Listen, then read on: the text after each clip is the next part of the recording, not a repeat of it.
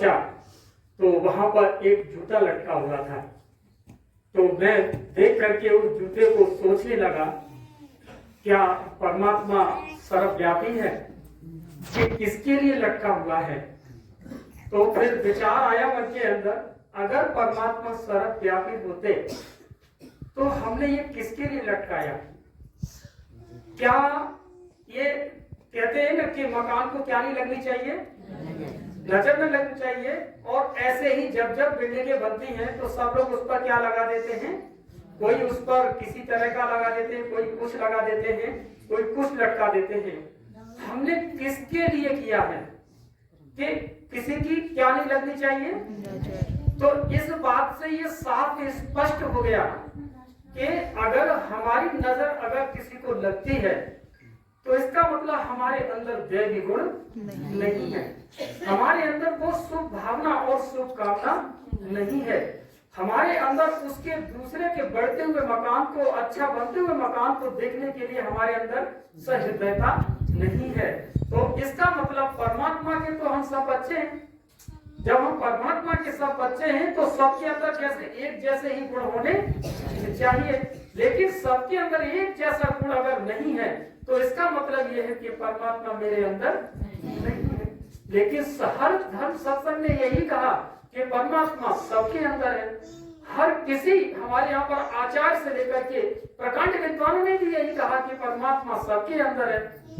लेकिन फिर मैंने किसके लिए ये एक नजर का न लग जाए एक ऐसा चित्र लटकाया? क्या सामने वाले के अंदर परमात्मा नहीं है? अगर है तो किसके लिए लटका हुआ है? तो आज हम कहीं न कहीं पर मिसगाइड हैं। अगर परमात्मा सबके लिए है, सबके अंदर है, तो हम ऐसा क्यों करते जा रहे हैं?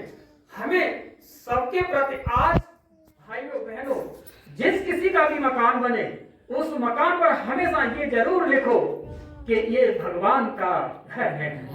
क्या लिखना है उस पर? ये भगवान का घर है।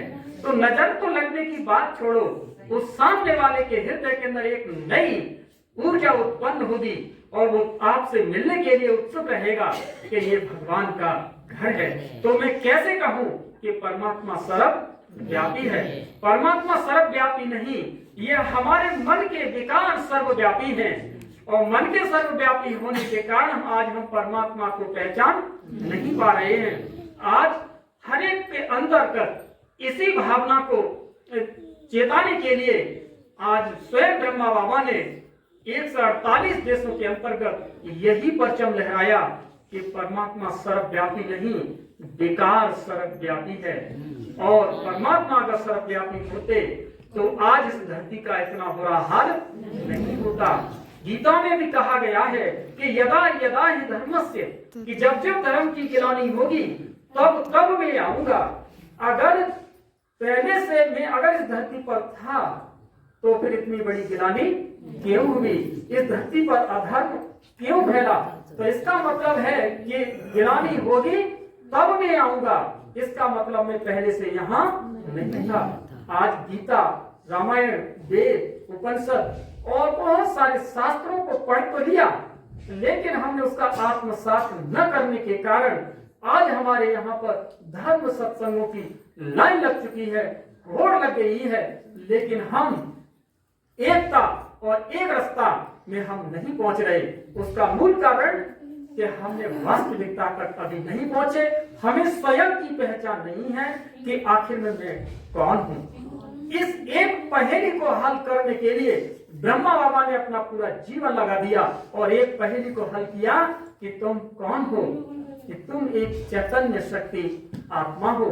और उस आत्मा का जो सुप्रीम शक्ति है वो उनके तन में आई और उसी सुप्रीम शक्ति ने आकर के हम सबको बताया कि तुम सब बच्चे कौन हो? आत्मा हो। और मैं तुम्हारी आत्मा का कौन हूँ? पिता हूँ। मैं किताबों में छिपा नहीं हूँ।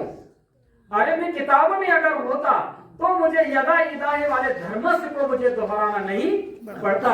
मैं किताबों में अगर था तो इसका मतलब मैं फाइनल हो गया, मैं कलमबद्ध हो गया। मैं परमात्मा कलमबद्ध नहीं हूँ। मैं सागर हूँ, ज्ञान का सागर हूँ, मैं शांति का सागर हूँ। अगर शांति अगर किताबों में अगर छिपी होती तो धरती पर बहुत पहले ही शांति फैल चुकी होती, लेकिन आज धरती पर अशांति ही अशांति है। लेकिन इसका मूल कारण क्या है कि हमने पढ़ा तो उसे, लेकिन उसका हमने क्या नहीं निकाल पाया, सार नहीं निकाल पाया, हमने उसका अस्तित्व नहीं समझ पाया। इसी कारण आज ये मन भटकता रहता है। आए और इसी के साथ ये क्रिया, हमारा कार्यक्रम, ये कार्यशाला है, ये निरंतर चलती रहेगी, कार्यक्रम होते रहेंगे।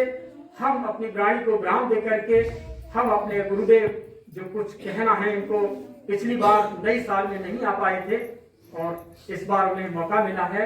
हम चाहते हैं वो हम सभी के बीच बहुत अच्छा, जो भी उनके अंदर हृदय में है उसको जरूर हम सभी के कानों तक पहुंचाएं। ओम शांति।